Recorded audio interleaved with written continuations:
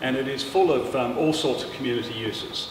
You've got the Majura Community Centre, you have the tennis courts, you've got childcare, and you've got the arts facilities. And it's around a pleasant road system with reasonable parking and nice trees, and it looks out towards this wonderful linear park at the bottom. It's not a bad place. It's not a bad place in my view. The other zone that I've called Zone 2 is certainly not as pleasant. This is Howden Street, is that what it's called? Horden Street. This is Horden Street and Horden Place. And that's quite eroded. I mean, the landscape isn't nearly as good.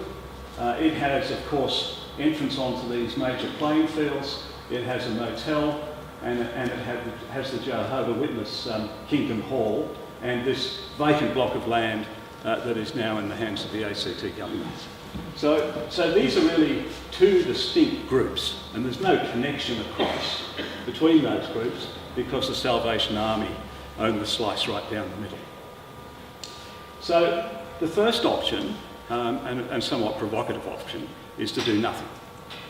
And if one was to do nothing, then what would happen over time is some use, be it an indoor stadium or a restaurant and shops and things like that are allowed within the zoning, was seen to be a viable proposition, would come along and plonk themselves somewhere in this development, and that would be done in a completely uncoordinated way.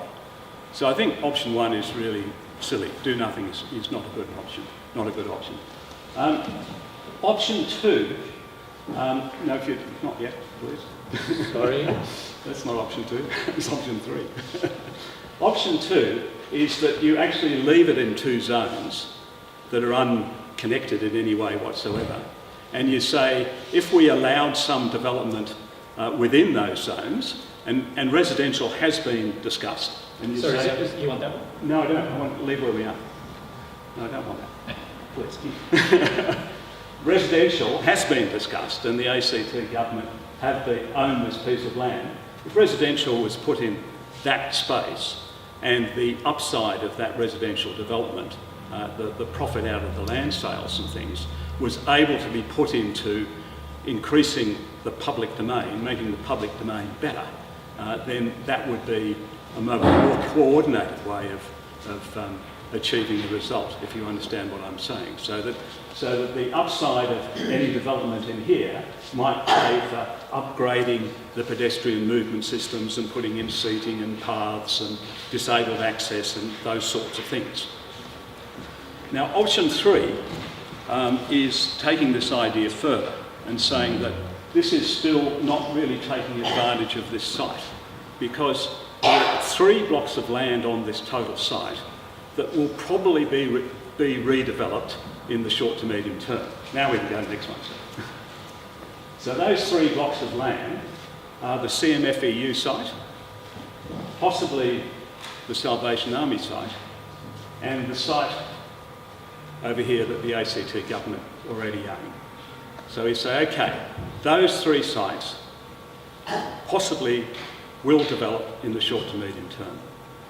Now, that unlocks the opportunity of being able to take a connection right through the centre of this site and to think of the site in a completely different way.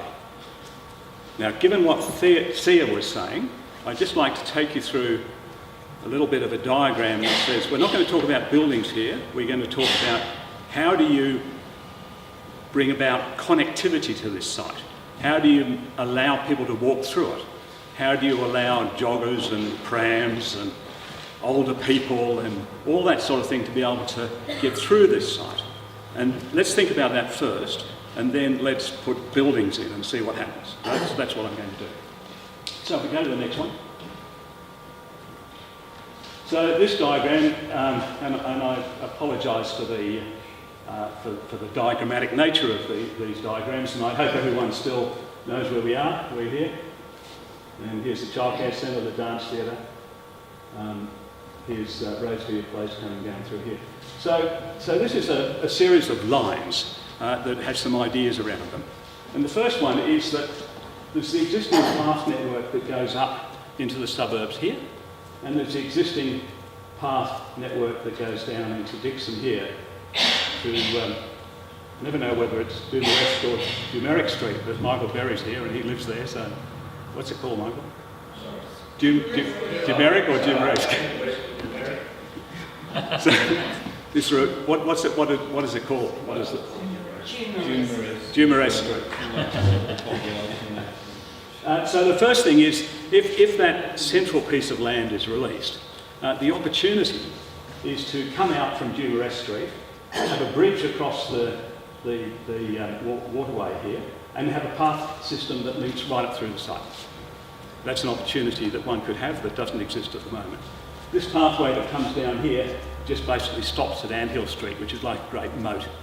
So the people up here would be able to walk down through the site and to Dickson. Makes a lot of sense. The next one is that you've got the oval over here, and you've got the town, the group centre over here. Obviously, a system, pedestrian and cycle and joggers and prams and so on, right through the centre down to Dickson would be a sensible thing to do. Possibly, with the road system, is to take it in and take it through the middle of the site and back out again. So this wouldn't be a road, it would be a shared use zone, and to introduce some extra parking on this side close to the oval.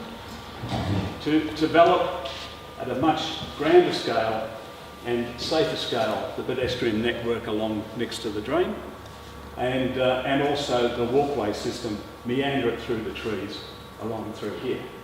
So you begin to get a structure for the site, and you might decide then to break that structure down further so that it's permeable and you end up with small buildings rather than bigger buildings, and have a pedestrian system that produces a square in front of Anchor.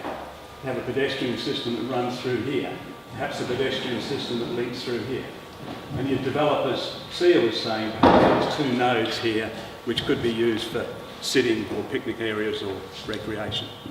So there you have a structure which actually encompasses the whole of the site. And you say, okay, using that structure, let's see what happens if you then insert buildings into it. Not yet, Steve, if you don't mind.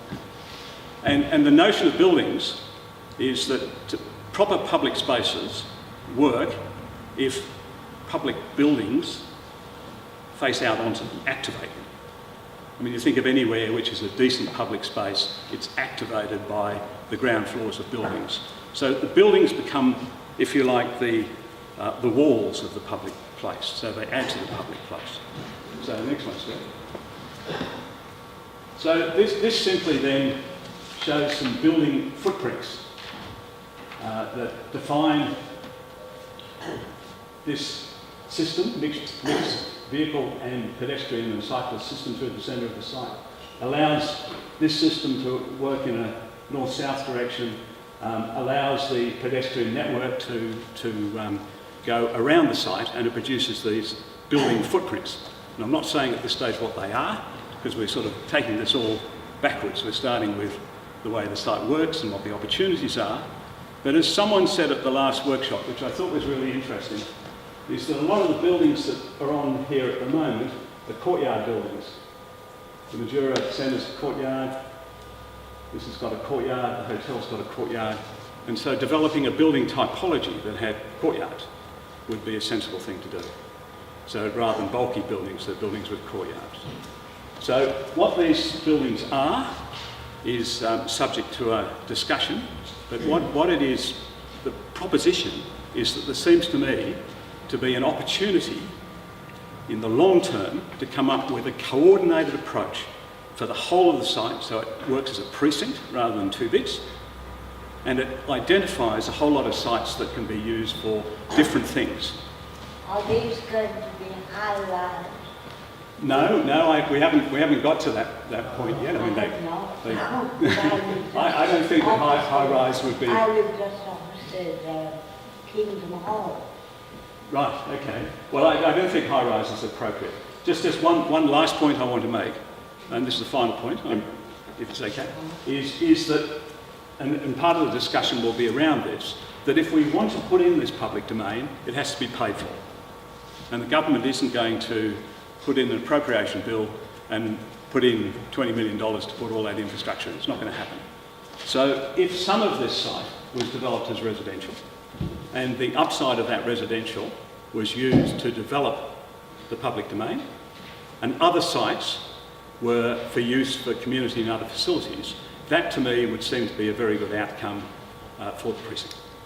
Okay, now before we go to One proposal was going to incorporate green space Yeah. where the old train stations. Now that hasn't happened. The executive actually shows that all we're getting is possible. Yep. Well, no, not all you're getting is possible residential. This is a series of approaches we want to discuss with you, but we're not showing you a scheme. It's an approach which we need to have a conversation around.